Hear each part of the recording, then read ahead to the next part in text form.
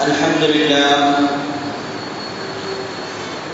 لله رب العالمين والعاقبة للمتقين والصلاة والسلام على أشرف المرسلين وعلى آله وصحبه أجمعين. أما بعد، فقد قال الله تبارك وتعالى في القرآن الكريم: فأعوذ بالله من الشيطان الرجيم. بسم الله الرحمن الرحيم. أولئك الذين اشتروا الحياة الدنيا بالآخرة فلا يخفف عنهم العذاب ولا هم ينصرون. صدق الله العظيم. وقال نبينا محمد رسول الله صلى الله عليه وسلم: حب الدينار رأس كل خطيئة. رواه بيهقي. صدق الله العظيم وصدق رسوله النبي الكريم، ونحن على ذلك من الشاهدين والشاكرين، والحمد لله رب العالمين. سبحانك لا علم لنا إلا ما علمتنا إنك أنت العليم الحكيم. رب اشرح لي صدري ويسر لي أمري واحلل عقدة من لساني يفقهوا قولي. رضينا بالله ربا وبالإسلام دينا وبسيدنا محمد رسول الله صلى الله عليه وسلم نبيا ورسولا، وبشيخنا محي الدين عبد القادر الجيلاني رضي الله عنه شيخا ومرشدا. الصلاة والسلام عليك يا سيدي يا رسول الله. خذ بيدي قلت حيلتي أدركني مرادي يا رسول الله. يا شفيع المذنبين اللهم صل وسلم وبارك عليه. புகழனைத்தும் ஏகவல்லோனாம் அல்லாஹ் ஒருவனுக்கே உரித்தாக. அவனின் சாந்தியும் சமாதானமும் நம் உயிரினும் மேலான கண்மணி நாயகம் முஹம்மது ரசூலுல்லாஹி ஸல்லல்லாஹு அலைஹி வஸல்லம் அன்னவர்களின் மீதும், அன்னவர்களின் சத்திய வழியை சற்றும் சருகாமல் பின்பற்றிய சத்திய சஹாபாக்கள், தாபீயங்கள், தபஅ தாபீயங்கள், நல்லவர்கள், நாதாக்கள், ஷுஹதாக்கள், வலிமார்கள், குறிப்பாக ஜும்ஆவுடைய கடமையை நிறைவேற்றுவதற்காக வேண்டி முன்கூட்டியே வருகை தந்திருக்கும் நம் அனைவரின் மீதும் அல்லாஹ்வின் சாந்தியும் சமாதானமும் என்றென்றும் வந்து சேரட்டுமாக. ஆமீன். புனிதமிக்க இந்த ஜும்ஆவுடைய நாளின் பொருட்டினால் அல்லாஹ் தஆலா நம்முடைய எல்லா விதமான நல்ல அமல்களையும் கபூல் செய்தருள்வானாக. நாம் செய்திருக்கக்கூடிய அமல்களில் இருக்கக்கூடிய குறைகளை நிவர்த்தி செய்து அதை பரிபூர்ண அமலாக அல்லாஹ் தஆலா ஆக்கி தருள்வானாக.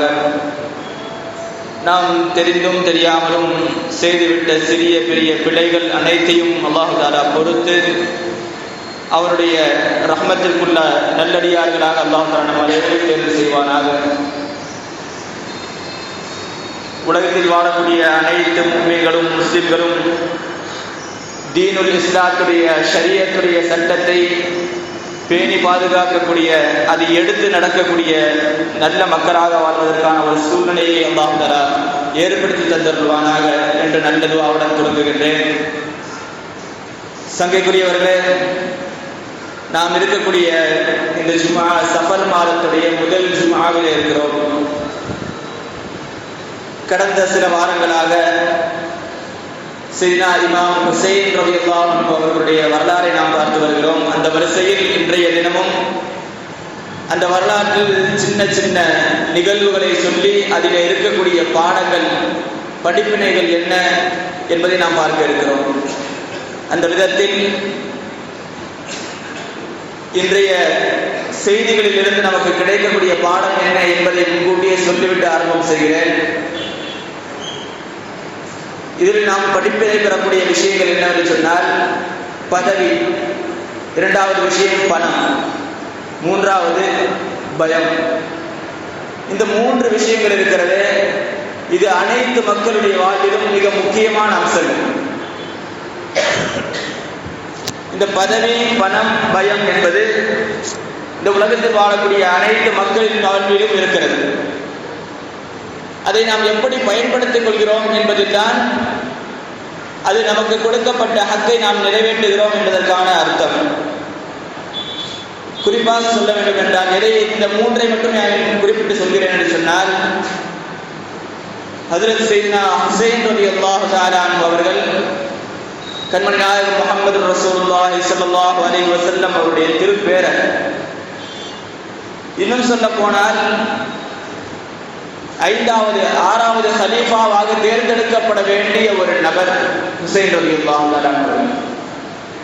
அப்படிப்பட்ட புனிதவரை இந்த மார்க்கத்தை எடுத்து நடப்பதாக சொல்லிக்கொண்டு இஸ்லாமியர்களுடைய பெயரில் வாழ்ந்து கொண்டிருந்த மக்கள் எதிர்த்த ஒரு நிகழ்வு நமக்கு தெரியும். அதிலும் குறிப்பாக இந்த கூஃபா என்ற பெயர் அடிக்கடி நாம் சொல்லிக் கொண்டிருக்கிறோம். அந்த கூஃபாவில் வாழ்ந்தவர்கள் தான் ஹுசைன் ரலியல்லாஹு அன்ஹு அவர்கள் வர வேண்டும் என்று ஆசைப்பட்டார்கள். அந்த ஆசை என்பது உண்மைதான். ஆனாலும் அந்த மக்களே இவர்களுக்கு எதிராக திரும்புவதற்கு இந்த 3 காரணங்கள். ஒன்று பதவி, அந்த பதவியில் இருக்கக்கூடியவர்கள் ஆட்டி படைத்த அந்த ஆளுமை. 2வது விஷயம் அவர்களுக்கு மத்தியில் இருந்த கோழைத்தனம், பயம். 3வது விஷயம் அவர்கள் பணத்தாசை காட்டப்பட்டு மாட்டப்பட்டார்கள். இந்த 3 விஷயத்தையும் நாம் சரியான முறையில் நம்முடைய வாழ்க்கையில் வரும்போது அது சரியான முறையில் பயன்படுத்திக் கொண்டால் வெற்றி. அது தவறி போகும் பொழுது கூஃபாவாசிகள் இன்றளவிலும் தூஷிக்கப்படுகிறார்கள், திட்டப்படுகிறார்கள். அந்த நிலைக்கு நாம் ஆளாகுவோம். நம்ம கடைசியில் முடிக்கும் போது ஒரு விஷயத்தை சொல்லியிருந்தோம். போன வாரம் முடிக்கும் பொழுது ஹஜ்ரத் சையதுனா ஹுசைன் ரலியல்லாஹு தஆலா அவர்கள் மக்காவில் இருந்து முஸ்லிம் இப்னு அகீல் ரலியல்லாஹு அன்ஹு அவர்களை அனுப்பி வைத்திருந்தார்கள் கூஃபாவிற்கு. அப்படி போகும் பொழுது அந்த இடத்தில் நுஅமான் இப்னு பஷீர் ரலியல்லாஹு தஆலா அவங்க ஒரு சஹாபி, அவர்கள் அந்த இடத்துல இருக்கிறார்கள். எனக்கு பிரதிநிதியாக அவர்கள் இருப்பார்கள் என்ற செய்தியை சொல்லி அனுப்புகிறார்கள். அப்படி வரும் பொழுது முஸ்லிம் இப்னு அகீல் ரலியல்லாஹு அன்ஹு அவர்களுக்கு ஆதரவாக இருந்தவர்கள் நுஅமான் இப்னு பஷீர் ரலியல்லாஹு அன்ஹு. இந்த செய்திகளை எல்லாம் கேள்விப்பட்டு யஸீத் ஆளுநரை மாற்றுகிறார். அந்த பேரில் வந்தவர்கள் தான் உபைதுல்லாஹ் இப்னு ஜியாத். அந்த உபைதுல்லாஹ் இப்னு ஜியாத் உள்ளே வரும் பொழுது நடந்த நிகழ்வுகளை பற்றி நாம் பார்த்தோமே. ஆனால் சிலர்கள் நல்லவர்களை போலதான் இருப்பாங்க. ஆனால் உள்ளே இருக்கக்கூடிய விஷயம் வெளி தோற்றத்தில் வேணா ஆடைகள் விஷயத்துல வச்சு நம்ம ஒரு முடிவுக்கு வர முடியாது. அதுக்கு இந்த ஒரு நிகழ்வு ஒரு முன் உதாரணம். காரணம் என்னவென்று சொன்னால், உபைதுல்லாஹ் இப்னு ஜியாத் பதவி நியமனம் செய்யப்பட்ட பிறகு அவனுடைய நாட்டில் இருந்து கிளம்பி கூஃபாவிற்கு வரும் பொழுது, கூஃபா வர்றதுக்கு முன்னாடி கூஃபாவுடைய பார்டர் காதிசியா, அந்த பார்டர்ல வச்சு பெரிய படையோட வந்தா அந்த படையை அங்கேயே நிப்பாட்டிட்டு தன்னுடைய ஆடையை மாற்றிக்கொண்டான். அவன் செஞ்ச முதல் வேலை ஆடையை மாத்திர. எப்படி மாத்தினான்னு சொன்னா, அரபிகள் இங்க இந்த நாட்டில் இருந்த ஆடை முறை வேற, ஹிஜாசிகள் மக்காவாசிகளுடைய ஆடை முறை வேற. அந்த ஆடையை அணிந்து கொண்டு உள்ள வர்றான். அந்த ஆடை பார்த்த வேலை என்ன தெரியுமா? இந்த செய்தி அவன் வரும் பொழுது இருந்த சூழ்நிலை என்னன்னு சொன்னா, ஹுசைன் ரலியல்லாஹு அன்ஹு அவர்கள் வருவார்கள் என்ற எண்ணத்தோடு கூஃபாவாசிகள் கூஃபாவுடைய எல்லைக்கு தினந்தோறும் வந்து செல்வார்கள். அப்படி வரும் பொழுது இந்த ஆடையோடு வருவதை பார்த்தவர்கள் இவர்கள் தான் ஹுசைன். இவனை பார்த்து என்ன நினைச்சிட்டாங்க? இவங்க தான் ஹுசைன் ரலியல்லாஹு நினைச்சிட்டாங்க. பெரிய ஒரு ஆறாவரத்தோடு கொண்டு வந்து உள்ள வர்றாங்க.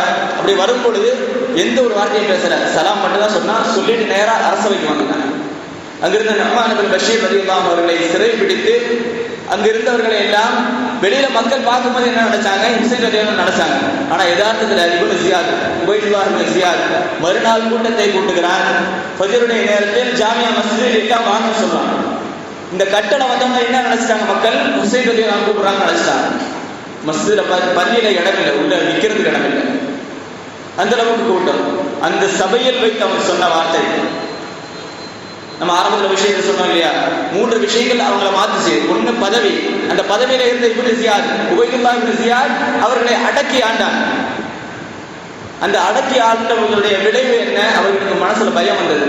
வந்த உடனே வந்த முதல் பிரசங்கம் என்ன செய்யறாங்கன்னு சொன்னா, கூஃபாவாசிகளே, நீங்கள் உங்களுக்கான ஆட்சியாளர் யஸீத் என்பதை அறிய மாட்டீர்களா?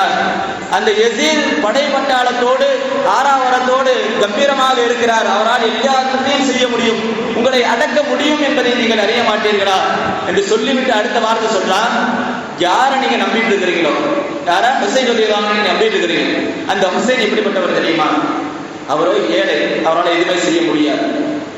அதுக்கு அடுத்த வார்த்தை, அவர் பெரிய குடும்பஸ்தர், அவர் ஏழ்மையில் இருக்கிறார், அவருடைய குடும்பத்தை கவனிப்பதற்கு அவருக்கு நேரம் போதாது. இப்படி இருக்கக்கூடிய மிகவும், அதாவது அவர் சொன்ன வார்த்தையில ஒரு வார்த்தை, தர்தரியமான நிலையில் இருக்கக்கூடியவரை நீங்கள் தலைவராக தேர்ந்தெடுத்திருக்கிறீங்கன்னு சொன்னாங்க. அதுக்கடுத்து சொன்னா, இன்னைக்கு மாலைக்குள்ள 10,000 படை கொண்ட பேரை கொண்ட ஒரு படை இங்கு வரும். இதே நிலையில் நீங்கள் இருந்தீர்கள் என்று சொன்னால் உங்கள் அனைவரையும், உங்களுடைய மனைவி மக்கள், உங்கள் வீடு வாசல் அனைத்தையும் அழித்து விடுவார்கள். இதை கேட்ட உடனே இதுக்கு முன்னாடி இருந்த கூஃபாவாசிகள் முழுக்க முஸ்லீம் அகீல் பக்கம். இந்த வாசகத்தை கேட்ட பிறகு அவருடைய உள்ளத்துல பயம் வருது. அந்த சபையிலே வச்சு பேசுறாங்க, எங்களுக்கு யார் ஆட்சியாளர் இருந்தாலும் பிரச்சனை இல்லை, நாங்க சந்தோஷமா இருக்கணும். மாறிட்டாங்க. அந்த வார்த்தையுடைய பயம் கூஃபாவாசிகளுடைய இயல்பு, அதுதான் கோடைத்தனம் தான் கூஃபாவாசிகளுடைய இயல்பு. ஆனால் இதற்கு நேர் எதிராக முஸ்லிம்களிடத்தில் இருந்த விஷயம், குறிப்பாக முஸ்லிம் அகீல் ரலியல்லாஹு அன்ஹு ஷஹாதத்தாக்கப்படக்கூடிய வரலாறை நாம் எடுத்து பார்த்தால் நமக்கு தெரிய வரும். அதுக்கு முன்னால் சில விஷயங்கள், முஸ்லிம் அகீல் ரலியல்லாஹு அன்ஹு தான் முதல் ஷஹீத் நம்ம நினைச்சிட்டு இருக்கிறோம்.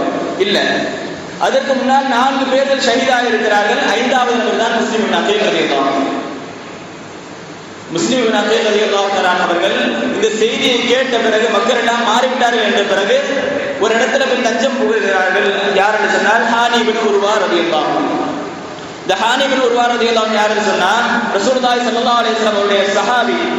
இன்னும் சொல்ல போனால் ரசூலுல்லாஹ்வுடைய ஆன்மார்ந்த ஞானங்கள், ஆன்மீக ஞானங்களை பெற்றவர்கள். அந்த சஹாபி அடைக்கலம் கொடுக்கிறார்கள். இந்த செய்தி எப்படியோ தெரிந்து கொண்டு ஹானி இப்னு உர்வா ரலியல்லாஹு அன்ஹு அவர்களே, அதாவது எப்படி தெரிஞ்சுக்கிட்டாங்கிற வரலாறு ஏற்கனவே தெரியும் நினைக்கிறேன். 3000 தங்க காசு கொடுத்து அடிமையை அனுப்பி அவங்கள பிடிக்க வச்சாங்க. அப்படி பிடிக்க வைக்கும் பொழுது ஹானி இப்னு உர்வா ரலியல்லாஹு அன்ஹு அவர்களை சபைக்கு கூட்டி கொண்டு வரக்கூடியவர்கள் எப்படி கூட்டிட்டு வராங்கன்னு சொன்னா, உபைதுல்லாஹ் இப்னு ஜியாத் உங்களை நலம் விசாரிப்பதற்காக வேண்டி கூப்பிடுறாங்க. இப்படி சொல்லி உள்ள கூப்பிடும் பொழுது அவங்க வர்றாங்க. வந்துட்டு இருக்கும்போது கூப்பிட்டவங்க யாருன்னு சொன்னா முதல் ஆள் அஸ்மா பின் ஹாரிஜா. இந்த அஸ்மா பின் ஹாரிஜா ரலியல்லாஹு அன்ஹு அவர்கள் கூட்டிட்டு வர்றாங்க. உள்ள வரும்பொழுது வாசல்லே வச்சு சொன்னாங்க. வாசல்லே வச்சு ஹானி இப்னு உர்வா ரலியல்லாஹு அன்ஹு சொல்றாங்க, இந்த சபையில் ஃபித்னாவுடைய வாடையை நான் நுகர்கிறேன். இந்த சபைக்குள்ள போறதுக்கு முன்னாடி என்ன சொல்றாங்க, இந்த சபையில் ஃபித்னாவுடைய வாடையை நான் நுகர்கிறேன் என்பதாக சொன்னாங்க. ஆரம்பத்தில் ஒரு விஷயம் சொன்னாங்க இல்லையா, ரசூலுல்லாஹி ஸல்லல்லாஹு அலைஹி வஸல்லம் அவர்கள் மூலமாக ஆன்மீக ஞானத்தை பெற்றவர்கள் ஹானி இப்னு உர்வா ரலியல்லாஹு அன்ஹு. அந்த வாசல்ல பத்தி சொன்ன உடனே அஸ்மா பின் ஹாரிஜா ரலியல்லாஹு அன்ஹு பேச்சை மாற்றி உள்ள கூட்டிட்டு போறாங்க. என்ன சொன்னா, நலம் விசாரிக்க தான் உங்களுக்கு கூப்பிட்டுருக்கிறாரு தவிர எந்த ஒரு ஃபித்னாவும் இருக்கான்னு சொல்லி கூப்பிட்டு போறாங்க. ஆனால் கடைசியில் இப்னு ஜியாத் செய்த வேலை, நீங்கள் முஸ்லிம் இப்னு அகீல் ரலியல்லாஹு அன்ஹு அடைக்கலம் கொடுத்திருக்கிறீங்க, அதனால உங்களுக்கு தண்டனை அப்படின்னு சொல்லி பேச வரும் பொழுது அந்த இடத்தில் அஸ்மா பின் ஹாரிஜா ரலியல்லாஹு அன்ஹு எதிர்த்து கேள்வி கேட்கிறாங்க. ஏப்பா, நீ நோய் விசாரிக்கிறதுக்கு தானே கூப்பிட்ட, அப்படித்தானே எங்களே சொல்லி கூப்பிட சொன்ன, அதனால தான் நாங்கள் கூப்பிட்டு வந்தோம், நம்பி வந்தவரை இப்படி செய்யலாமா அப்படின்னு எதிர்த்து கேள்வி கேட்கும் பொழுது காவலர்களை வைத்து கொலை செய்யப்பட்டார்கள் அஸ்மா பின் ஹாரிஜா ரலியல்லாஹு அன்ஹு. அவங்க தான் இந்த விஷயத்துல கர்பலாவுடைய விஷயங்களை பொறுத்த வரைக்கும் முதல் ஷஹீத். அதுக்கு அடுத்ததாக தான் ஹானி இப்னு உர்வா ரலியல்லாஹு அன்ஹு. ஹானி இப்னு உர்வா ரலியல்லாஹு அன்ஹு கொலை செய்வதற்கு முன்னால் கேட்கிறார், உன்னுடைய உயிர் உனக்கு முக்கியமா, உனக்கு பிரியமா, அல்லது முஸ்லிம் இப்னு அகீல் ரலியல்லாஹு அன்ஹுடைய உயிர் உனக்கு முக்கியமா என்று கேட்கும் பொழுது ஹானி இப்னு உர்வா ரலியல்லாஹு அன்ஹு சொன்னாங்க, அவர் என்ற அடைக்கலம் கேட்டு வந்திருக்கிறார். அடைக்கலம் கேட்டு வந்தவருக்கு துரோகம் செய்வது நபி வழி அல்ல. ரசூலுல்லாஹி ஸல்லல்லாஹு அலைஹி வஸல்லம் அதை எங்களுக்கு காட்டி தரவில்லை, அதனால் என்னால் செய்ய முடியாது. ஒருவேளை நீ கொலை செய்வதாக இருந்தால் இந்த ஒரு உயிர் அல்ல, 1000 உயிர்கள் எனக்கு ரொம்ப கொடுத்தாலும் முஸ்லிம் அகீல் ரலியல்லாஹு அன்ஹு அவர்களுக்காக வேண்டி 1000 உயிர்களையும் நான் நிச்சயமாக தியாகம் செய்ய தயாராக இருக்கிறேன் என்றார். இந்த வார்த்தையை கேட்ட உடனே சாட்டை அடி கொடுக்க சொன்னான். கோபம் வந்து சாட்டை அடி கொடுக்க சொன்னான். அந்த நேரத்தில் அந்த சஹாபிக்கு ஹானி இப்னு உர்வா ரலியல்லாஹு அன்ஹு அவர்களுக்கு இருந்த வேகம், அதாவது மற்றவங்க பயந்த மாதிரி அவங்க பயப்பட்டாங்க இல்லையா. மார்க்கத்தை சொல்ல வந்தவர்கள், அதுவும் குறிப்பாக அஹ்லுல் பைத்துகளை நேசித்தவர்கள், மார்க்கத்திற்கு முக்கியமான தூண்கள் அஹ்லுல் பைத்துகள், அவர்களை பாதுகாக்கிறதுக்காக வேண்டி இந்த கூஃபா வாசிகள் பாதுகாக்காமல் கோடைத்தனமாக போனாங்களே, அந்த மாதிரி இவங்க நடக்கல. மாறாக பதில் கொடுக்கிறாங்க. இது போன்றுதான் நாமும் இருக்க வேண்டும். எந்த ஒரு மார்க்க விஷயமாக இருந்தாலும் சரி, அடுத்தவர்கள் ஏதாவது சொல்லுவார்களோ என்று சொல்லி நாம் ஒதுங்கி போகக்கூடாது. நாம் சொல்லாம போயிட்டோம்னு சொன்னா ஒரு வார்த்தையை எடுத்து நடந்துட்டு அதுதான் உண்மை நடந்து பேசிட்டு இருப்பாங்க. அதனால அவர்கள் மறுபடியும் பேசுகிறார்கள். அந்த பேச்சை பேசும்போது அவங்களுக்கு வயசு 89 வயசு, 89 90 வயசு. அப்படி சாட்டையடை கொடுக்கப்படுகிறது. அப்படி கொடுத்துட்டு இருக்கும்போதே ஒருத்தர் சொன்னாங்க, இப்னு ஜியாத் நீ செய்யறது முறையில்லை, இவங்க சஹாபி ரசூல், ரசூலுல்லாஹ்வுடைய சஹாபி. அப்படி இருக்கும் பொழுது இவர்களோடு இப்படி நடந்து கொள்வது குறையில்லை என்று சொல்லுகிறார்கள். அதோடு விடுகிறான்.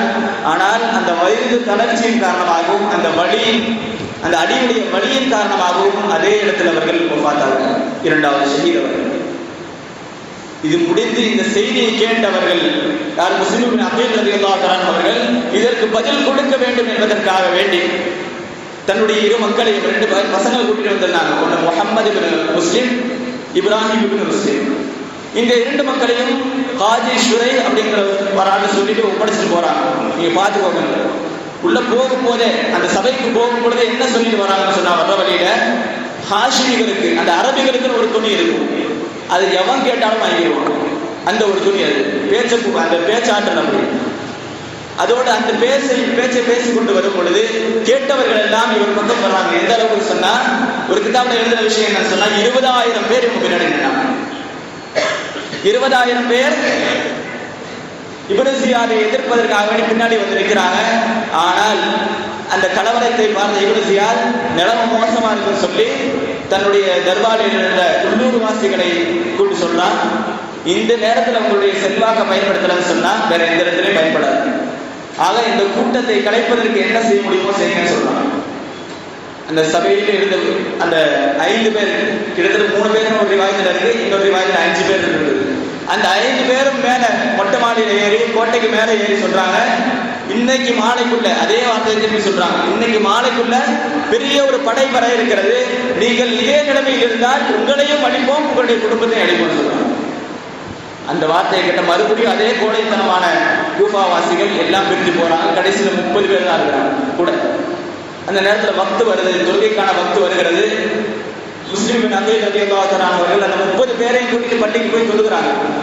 தொழுந்துட்டு கடைசியில் சலாம் கொடுத்து திரும்பி பார்க்குறாங்க, ஒருத்தர் இல்லை. இதுதான் கூஃபாவாசி. இந்த ஒரு நிலைமையை நம்முடைய சமூகம் இருக்கக்கூடாது. யாராவது ஹக்குக்கு குரல் கொடுத்து வந்தால் பின்னாடி நிற்கணும். அப்படி இல்லை என்று சொன்னால் கடைசியில் நமக்கு இந்த நிலைமை தான். அதாவது அஹ்லு பைத்துகளை கைவிட்டவர்கள் என்று இன்றளவிலும் பேசிக் கொண்டு இருக்கிறோமே, அதே நிலைமை நம்முடைய சமூகமும் தந்துள்ளது. அடுத்து சொல்றாங்க, அதற்கு பிறகு தனக்கு ஆதரவாக இருப்பவர்கள் யாரும் இல்லை என்று தெரிந்த முஸ்லிம் இப்னு அகீல் ரலியல்லாஹு அன்ஹு மக்காவுக்கே போயெல்லாம் நடத்தி திரும்புறாங்க. ஆனா போற வழியில ஒரு ஆள் பார்த்து சொல்றாங்க, கூஃபாவுடைய வாசல்கள் அனைத்தும் அடைக்கப்பட்டிருக்கிறது. அந்த அடைக்கப்பட்ட வாசல்களில் எல்லாரும் காவலர்கள் நிற்கிறாங்க, நீங்க போனீங்கன்னா மாட்டீங்கன்னு சொல்றாங்க. அதை கேட்ட முஸ்லிம் இப்னு அகீல் ரலியல்லாஹு அன்ஹு அவர்கள் என்ன செய்யலான்னு கேட்கும்பொழுது அந்த இடத்துல சொல்றாங்க, முஹம்மது இப்னு கதீர், இவங்க தான் இந்த விஷயத்துல 3வது ஷஹீத். முஹம்மது இப்னு கதீர் ரலியல்லாஹு அன்ஹு அவங்க கிட்ட போனீங்கன்னா உங்களுக்கு அடைக்கலம் கொடுப்பாங்கன்னு சொல்றாங்க. அடைக்கலம் கொடுப்பாங்க சொல்லி போகும் பொழுது அந்த இடத்துல வைத்து பராமரிக்கிறார்கள். இந்த செய்தியும் இப்னு ஜியாதுக்கு போகுது. பெரிய ஒரு படையை அனுப்பி அந்த கலவரத்தை கொண்டு வந்தான். ஆனா முஸ்லிம் இப்னு அகீல் ரலியல்லாஹு அன்ஹு பிடிக்க முடியல. கடைசியில் ஒரு விஷயத்தை சொல்லிட்டு வரான், நாளைக்கு வரும் பொழுது 3 பேர் வரணும். இப்னு கதீர், அவருடைய மகன், அதே போன்று முஸ்லிம் இப்னு அகீல் ரலியல்லாஹு அன்ஹு 3 பேரை வர சொல்லிட்டு போறான். ஆனால் மறுபடியும் காலையில போய் நிக்கிறவங்க 2 பேர் மட்டும்தான். அந்த 2 பேர் நிற்கும் பொழுது அந்த 2 பேரும் ஷஹீதாக்கப்படுகிறார்கள். அங்கு பேசிய பேச்சுக்களை நாம் பேசுவோமே, ஆனால் நேரம் பத்தாதனால சுருக்கிட்டு சொல்லிட்டு வர இந்த 4 பேர் ஷஹீதாகிறாங்க. இந்த ஷஹீதாக்கப்பட்ட பிறகு அவங்களுக்கு வேற வழி இல்லை. எதுக்கு நம்ம இந்த ஷஹீதுகள் ஆனாங்க அப்படின்னு சொல்லிட்டு வரோம் அப்படின்னு சொன்னா, ஃபர்ஸ்ட் ஒரு விஷயத்தை விளைவிக்கணும். கூஃபாவாசிகள்னால கோடைகள் ஒரு விஷயத்தை சொல்லியிருக்கோம். கூஃபாவாசிகளை இந்த அளவுக்கு கூட்டிக் கொண்டிருக்கிறோம். ஆனால் இதுதான் அவருடைய உண்மை முகமானு சொன்னா கிடையாது. கூஃபாங்கிறது அருமையான ஒரு நகரம். சரி, உமர் இப்னு கத்தாப் ரலியல்லாஹு அன்ஹுடைய ஆட்சி காலத்தில் கூஃபா என்கிற ஒரு நகரம் புதிதாக உருவாக்கப்பட்டது. அந்த நகரத்தில் கிட்டத்தட்ட 1050 சஹாபிகள் பிறந்திருக்கிறார்கள். அந்த 1050 சஹாபிகளையும் பெற்றது. அது மட்டும் இல்லாமல் ஒவ்வொரு விஷயத்துக்கும் ஹதீஸுக்குனா மதீனா, கஅபாவுக்கு மக்கா, இப்படி ஒவ்வொரு விஷயத்தையும் சொல்லிட்டு வரும்போது சொல்லுவாங்க, ஃபிக்ஹ் மார்க்க சட்டத்திற்கு கூஃபா. அதை அடிச்சுக்க ஆள் கிடையாது. இன்னும் சொல்ல போனால் நம்முடைய மذهபுடைய இமாம் அபூ ஹனீஃபா ரலியல்லாஹு அன்ஹு அவர்கள் கூஃபாவை சார்ந்தவர்கள். இமாம் ஷாஃபி ரலியல்லாஹு அன்ஹு கூஃபாவை சார்ந்தவர்கள். இன்னும் சொல்ல போனால் இலக்கணம், அரபி இலக்கணங்கள் தொகுக்கப்பட்ட இடம் கூஃபா. இவ்வளவு சிறப்புகளையும் பெற்றிருக்கிற அந்த கூஃபா நகரத்தை இன்றளவிலும் நாம் பேசக்கூடிய காரணம் அங்கிருந்தவர்கள் அஹ்லு பைத்துகளுக்கு செய்த துரோகம், அது மட்டும் இல்லாமல் அவர்களிடத்தில் இருந்த கோடைத்தனம். அந்த கோழைத்தனத்திற்கு எதிராக நின்றவர்கள் யாருன்னு சொன்னால் முஸ்லிம் அகீல் ரலியல்லாஹு தஆலா அவர்கள். ஒரு கட்டத்தில் முஸ்லிம் அகீல் ரலியல்லாஹு தஆலா அவர்கள் பிடிக்கப்பட வேண்டிய ஒரு சூழ்நிலை. அப்படி பிடிக்கப்பட வேண்டிய ஒரு சூழ்நிலையில் என்ன நடக்கிறது என்று சொன்னால், அவர்களை பொறுத்தவரையில் ஹாஷிமி வம்சத்தை சார்ந்தவர்கள். அந்த ஹாஷிமி வம்சம் என்று எடுத்துக்கொண்டால் அந்த வம்சத்திற்கே இருக்கக்கூடிய சிறப்பு, போர்ல அவங்களை அடிச்சுக்கிறதுக்கு ஆள் கிடையாது. அடுத்து சொல்ல வர விஷயம் எப்படி இருக்கிறது பாருங்க. அதாவது அவங்க உள்ள வரும் பொழுது எந்த இடத்துல குடியிருக்கிறாங்களோ அந்த இடத்துல 300 பேர் கொண்ட படை வருகிறது. அந்த படையை எதிர்த்து இவர்கள் இருக்கிறார்கள். வந்ததுல பாதி பேர் காணும். வந்ததுல பாதி பேர் காணோம்னா ஓடிட்டாங்க, இல்லை இறந்து போயிட்டாங்க. 150 பேர் வெட்டப்பட்டு இருக்கிறார்கள். அப்படி இருக்கும் பொழுது அடுத்து இந்த படை பத்தாது என்று சொல்லி இன்னொரு படை வருது. அந்த படையை எதிர்த்து போராடுகிறார்கள் தனி ஒரு நபராக. அந்த தனி நபர் போராட்டம் கடைசியில் எப்படி போய் முடியுதுன்னு சொன்னா, இவங்களை இப்படியே விட்டா இருக்கிற எல்லா படையும் காலி ஆயிடும். அதனால நம்ம செய்து, அதாவது தந்திரம் செய்துதான் இவர்களை வீழ்த்த வேண்டும் என்று ஒரு குழி தோண்டி எல்லா வீரர்களையும் சண்டை போட்டுட்டே வந்து அங்க விடு வைக்கிற மாதிரி ஒரு ஏற்பாடு நடக்குது. அந்த ஏற்பாட்டில் தான் முஸ்லிம் அகீல் ரலியல்லாஹு தஆலா அவர்கள் பிடிபடுகிறார்கள், ஷஹீதுமாக, அதாவது அங்க இருந்து கூட்டிட்டு போய் ஷஹீதாக்கப்படுகிறார்கள். இதன் பிறகு அந்த 2 மக்கள் விட்டுட்டு போனாங்க சொன்ன இல்லையா, இது பயம் வீரம் என்பதற்கான எடுத்துக்காட்டுகள். அவர்களிடத்தில் கூஃபாவாசிகளில் இருந்த பயம் நம்ம இடத்துல இருக்கக்கூடாது. மார்க்கத்திற்கு எது ஒன்று என்றால் நம்ம எதிர்த்து நிற்கணும்.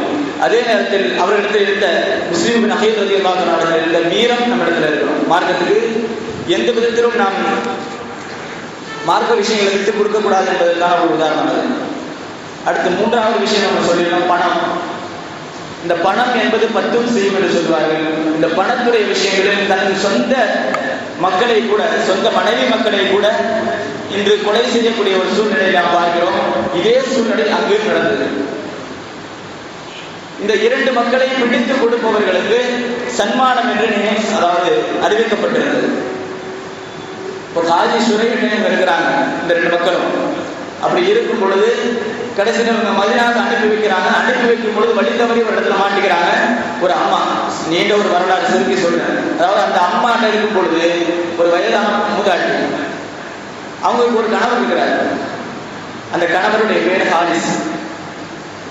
அந்த மூதாட்டி என்ன செய்யறாங்க அப்படின்னா, இவங்களுக்கு அடைக்கலம் கொடுத்துருக்கிறாங்க. கணவர் வீட்டில் இல்லை, வெளியே போயிருக்கிறார். நைட்டு நேரத்தில் வராரு. இவங்கள ஒதுக்கி பாதுகாப்பாக வச்சிருக்கிறாங்க. அந்த கணவர் வரார். வந்த உடனே சொல்றாரு, நான் தேடி தேடி ரொம்ப களைச்சு போயிட்டேன் அப்படின்னாரு. நான் தேடி தேடி ரொம்ப களைச்சு போயிட்டேன் அப்படின்னாரு. என்ன தேடினீங்க, யாரை தேடினீங்க அப்படின்னு கேட்கும் பொழுது, முஸ்லிம் அகீல் ரலியல்லாஹு அவருடைய 2 மக்களையும் பிடித்து கொடுப்பவர்களுக்கு சன்மானம் என்று அறிவித்திருக்கிறார்கள். அதற்காக வேண்டி அவர்களை தேடி சென்று வந்து கலைத்திருக்கிறேன் என்பதாக சொல்லும் பொழுது அந்த அம்மா சொன்னாங்களா, அவங்களும் பச்சை குழந்தைங்க, சின்ன சின்ன பசங்க, அவங்கள பிடிச்சி கொடுத்து நீ என்ன சந்தோஷத்தை காண போறோம்னு சொல்லி கேட்கும் பொழுது அந்த மனைவியை பார்த்து சொன்னா, ஒருவேளை நான் அவளை பிடிச்சு கொடுத்துட்டேன்னு சொன்னா என்னுடைய வாழ்நாளில் பார்க்காத சன்மானங்களை எல்லாம் நான் பார்த்தேன். தன்னுடைய வாழ்நாளில் பார்க்காத சன்மானங்களை எல்லாம் நான் பார்ப்பேன். அதனால் நான் அவர்களை தேடி செல்கிறேன் என்று சொல்லும் பொழுது அந்த மனைவி அங்க இருந்த விஷயத்தை, குழந்தைகள் இருந்த விஷயத்தை சொல்லவே இல்லை, மறைச்சிட்டாங்க. சரி, இவரே பணத்தாசையில் இருக்கும் பொழுது நம்ம சொன்னோம், இந்த விஷயத்தை சொன்னா பிடிச்சிட்டு வருவாரு அப்படின்னு சொல்லி மறைச்சு வச்சிருந்தாங்க.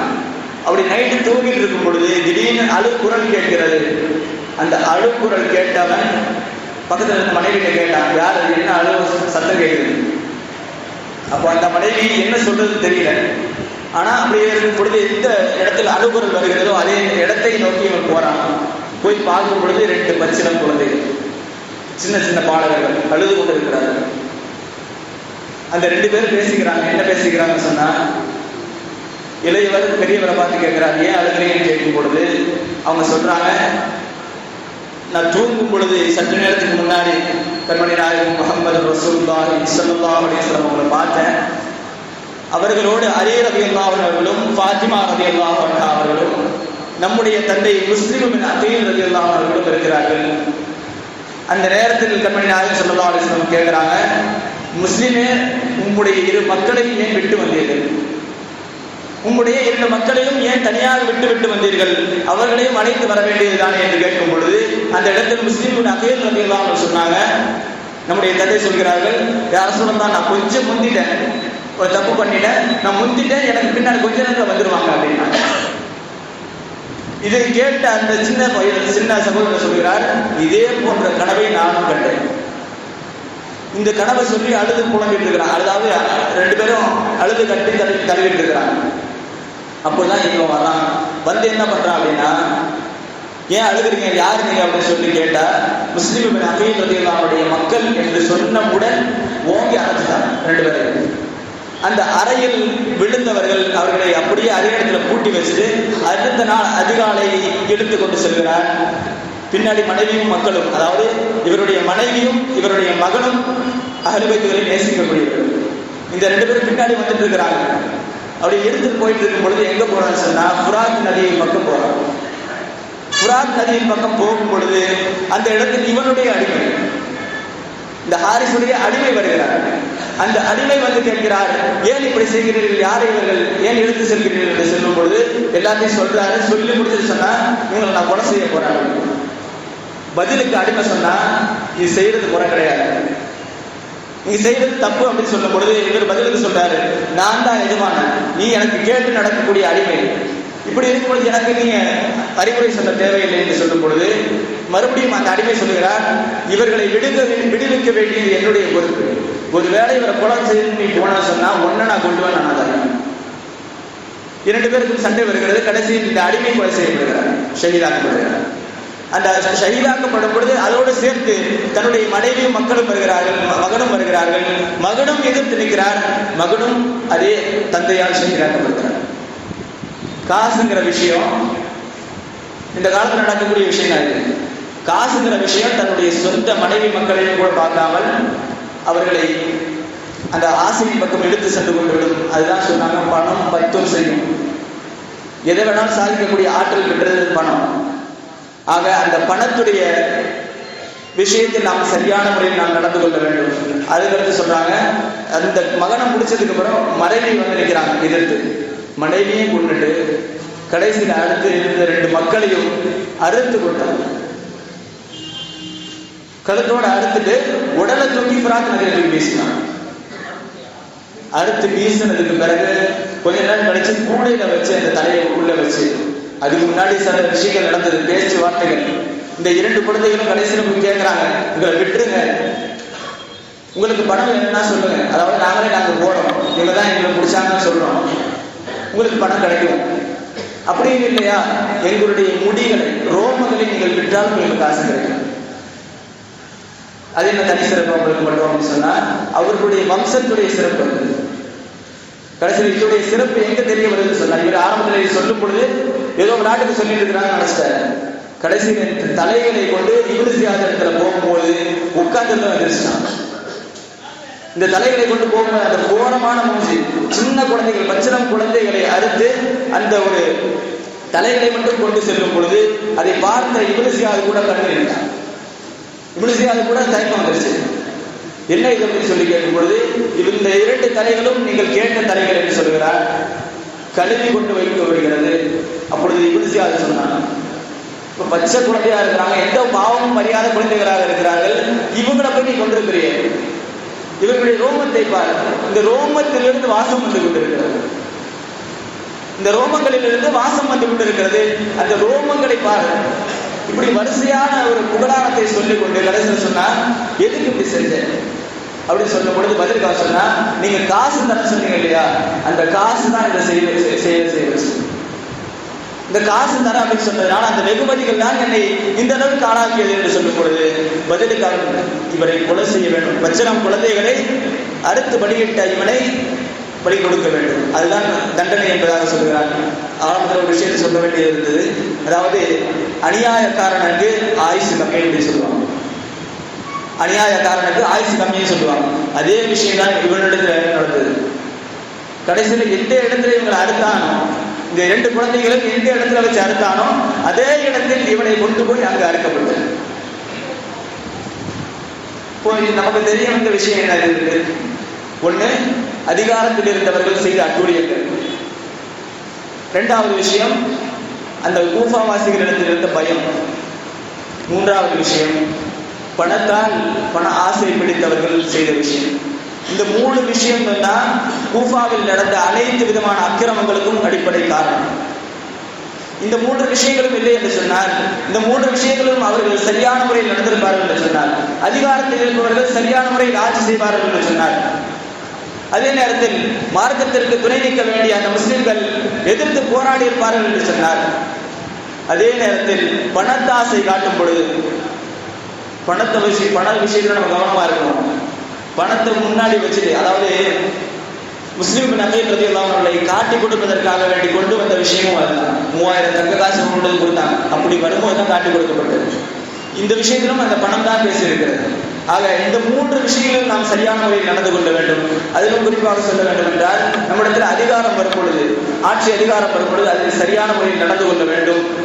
அப்படி நடக்காத பட்சத்தில் அந்த யூபாவாசிகள் எப்படியெல்லாம் தூசிக்கப்படுகிறார்களோ, பேசப்படுகிறார்களோ, அதே நிலைக்கு இந்த சமூகமும் தள்ளப்படும். குறிப்பாக நாம் இந்த விஷயத்தை பேசியாகணும். இந்த இடத்துல ஆட்சி அதிகாரத்தில், இன்றைய ஆட்சி அதிகாரத்தில் இருக்கக்கூடியவர்கள் முஸ்லிம்களுக்கு எதிராக செய்யக்கூடிய சூழ்ச்சிகள், அதிலும் குறிப்பாக நேற்று வக்ஃப் வாரியத்துடைய விஷயத்தில் திருத்த சட்டம் கொண்டு வந்திருக்கிறார். இவன் எதை திருத்தினாலும் இவனை திருத்துற மாதிரி தான் இருக்கும். அதாவது என்ன சொல்லணும்னா, விவசாயிகளுடைய விஷயத்துல வேளாண்மை திருத்த சட்டம் கொண்டு வரும், எல்லா திருத்தினாங்க. அதுக்கடுத்து இப்ப வக்ஃப் வாரிய சட்டம், இப்படி எந்த சட்டத்தில் இவன் திருத்தத்தை கொண்டு வந்தாலும் அது எதிர்த்து நிற்க வேண்டியது நம்முடைய கடமை. அது மட்டும் இல்லாமல் அறிவார்ந்தவர்கள் இயற்றிய சட்டங்களை அறிவியல்களும் ஆட்சியாளர்களும் அறியாமையினால் அதை நீக்கி கொண்டிருக்கும் பொழுது நம்ம வேடிக்கை பார்த்துட்டு இருந்தா சொன்னா, கடைசியில் நம்முடைய சந்ததிகளுக்கும் அதே நிலைமையாக நிற்கும். இப்ப கொண்டு வந்திருக்கிற சட்டம் என்ன அப்படின்னு சொன்னா, வக்ஃபுடைய சொத்துக்கள், அந்த வக்ஃபுடைய சொத்துக்களுடைய விஷயத்துல மாநில அரசாங்கம் முடிவெடுக்க வேண்டிய ஒரு சூழ்நிலை இருந்தது. மாநில அரசாங்கம் என்ன சொல்லுகிறது, இது வக்ஃபுன்னு சொன்னா வக்ஃபு. அதிலும் குறிப்பாக மாநில அரசாங்கம் நியமிக்கப்பட்டிருக்கிற அந்த வக்ஃபுடைய வாரியம், அந்த வக்ஃபு வாரியம் என்ன சொல்லுகிறதோ அதுதான் வக்ஃபுடைய விஷயத்துல தீர்வு. ஆனால் இப்ப கொண்டு வந்திருக்கிற சட்டம் என்ன சொன்னா, வக்ஃபுடைய விஷயத்தில் பிரச்சனைகள் வரும் பொழுது அதோடைய அதிகாரம் யாருக்கு? கலெக்டர். அந்த கலெக்டர் தான், அந்த ஐஏஎஸ் ஆபீசர் தான் முடிவு செய்யணும். அந்த ஐஏஎஸ் ஆபீசருடைய நிலைமை என்ன? யாரெல்லாம் ஐஏஎஸ் ஆபீசரா வராங்க அப்படின்னு சொன்னா, வடநாட்டை சார்ந்தவர்கள். ரீசெண்டா அதாவது ஒரு வீடியோ கிளிப் ஒன்று பார்த்தோம். என்ன அப்படின்னா, வடநாட்டில் ஐஏஎஸ் எக்ஸாம் எப்படி நடக்குது அப்படின்னு. இங்க இருக்கிறவங்க கூட விட்டு தான் எடுத்துக்குவோம், அங்க வரைக்கும் கைடே வச்சு எழுதிட்டு இருக்கிறாங்க, வீடியோ எடுத்து போட்டு விட்டு இருக்கிறாங்க, கைடை வச்சு ஐஏஎஸ் எக்ஸாம். இப்படி பாஸ் பண்ணவங்க அவங்களுடைய ஆட்சி அதிகாரத்தில் இருந்து கொண்டு போலித்தனமாக ஐஏஎஸ் ஆபீசராக வரக்கூடியவர்கள் நம்மிடத்தில் வரும் பொழுது, நம்முடைய விஷயங்கள், முஸ்லிம்களுடைய, குறிப்பாக முஸ்லிம்களுடைய விஷயங்கள் என்று வரும் பொழுது அவர்களுக்கு சாதகமான தீர்ப்பை கொடுக்கக்கூடிய ஒரு சூழ்நிலையை ஏற்படுத்திக் கொண்டிருக்கிறார்கள். அல்லாஹ் தஆலா இந்த சூழ்ச்சிகள் அனைத்தையும் அல்லாஹ் தஆலா முறையெடுத்து தருவானாக. அதிலும் குறிப்பாக அடுத்த ஒரு விஷயம் பேசணும், பணத்துடைய விஷயம். இந்த பணத்துடைய விஷயம் இந்த இடத்தில் துஷ்பிரயோகமாக, அநியாயமாக, தவறான விஷயங்களுக்கு பயன்படுத்தப்பட்டது. அதே போன்று நம்மிடத்தில் இருக்கக்கூடிய பணங்கள் அல்லாஹ் தஆலா நமக்கு நிரப்பமாக தந்திருக்கிறார். அந்த பணங்களை நாம் சரியான முறையில் பயன்படுத்த வேண்டும். அந்த பணங்களை எந்த விதத்தில் நாம் செலவழிக்க முடியுமோ, எந்த விதத்தில் நன்மைக்காக வேண்டி செலவழிக்க முடியுமோ அந்த விதத்தில் நாம் செலவழிப்பதற்கான தௌஃபீக் அல்லாஹ் தஆலா தருவானாக. குறிப்பாக சொல்ல வேண்டும் என்றால், சென்ற வாரம் வயநாடு மக்களுக்காக வேண்டி நிவாரண நிதி வசூலிக்கப்பட்டிருந்தது. அதே போன்று பொருட்களும் வாங்கி செல்லப்பட்டிருந்தது. வாங்கி சென்ற பொருட்கள் வந்து வீடியோ எப்படி இருக்கு அப்படின்னு சொன்னா, மழை போல முடிஞ்சிருக்குது, பொருட்களா இருக்குது. ஆனா அங்கு தேவைப்படுறது அவ்வளவு பொருட்கள் தேவையில்லை. அங்க இருக்கக்கூடியவர்களுக்கு கட்டுமானங்களுக்காக வேண்டி உள்ள வசதிகள், அதே போன்று அவர்களுக்கு வீடு வசதிகள், அதே போன்று அவங்க வாழ்வாதாரத்திற்கு தேவையான பணங்கள் தான் முக்கியமா தேவைப்படுது. பொருளை போய் கொடுத்தோன்னு சொன்னா, யூஸ் பண்ணலன்னு சொன்னா அது இஸ்ராப் ஆயிடும். அதே பணம் அப்படின்னு சொல்லி கொண்டு போய் கொடுக்கும் பொழுது அந்த பணத்தை வைத்து பிற்காலத்தில் அவர்கள் பயன்படுத்திக் கொள்வார்கள். அந்த நோக்கத்தில் நம்முடைய தமிழ்நாடு ஜமாஅத்துல் உலமா சபை ஒரு பணத்தொகையை வசூல் செய்து அதை வயநாட்டு மக்களுக்காக வேண்டி கொண்டு செல்ல இருக்கிறார்கள். அதனால் உங்களால் இயன்ற உதவிகளை ஜமாஅத்துல் உலமா சபையை சார்பாக செல்லக்கூடிய அந்த பிரயாண கூட்டத்திற்கு அந்த சபையினருக்கு நீங்கள் கொடுத்திருமாறு உங்களை அன்போடு கேட்டுக்கொள்கிறோம். இந்த இடத்தில் நாம் எதையெல்லாம் கேட்டிருக்கிறோமோ, குறிப்பாக இந்த 3 விஷயங்கள், நம்மிடத்தில் இருக்கக்கூடிய அதிகாரம், நம்மிடத்தில் இருக்கக்கூடிய பணம், நம்மிடத்தில் இருக்கக்கூடிய தைரியம், பயம் என்று சொல்வதை விட தைரியம், மார்க்க விஷயங்களில் ஏதாவது ஒரு பிரச்சனை வரும் பொழுது அதை எதிர்த்து நிற்கக்கூடிய ஒரு தைரியத்தையும் அல்லாஹ் தஆலா நம் அனைவருக்கும் தந்தருள்வானாக என்ற நல்ல துஆவோடு நிறைவு செய்கிறேன். இறையில்லமாம் காபா ஷரீஃபையும் இறை தூதரின் பூங்காவனமான ரவுதா ஷரீஃபையும் வாழ்விலே பலமுறை கண்டு தரிசிக்கக்கூடிய பேரின்பு வாக்கியதை அல்லாஹ் தஆலா உங்களுக்கும் எனக்கும் நம்மை சார்ந்த அனைவருக்கும் அல்லாஹ் தஆலா தந்தருள்வானாக. வாஹிரு தஅவானா அல்ஹம்துலில்லாஹி ரப்பில் ஆலமீன். அஸ்ஸலாமு அலைக்கும் வரஹ்மத்துல்லாஹி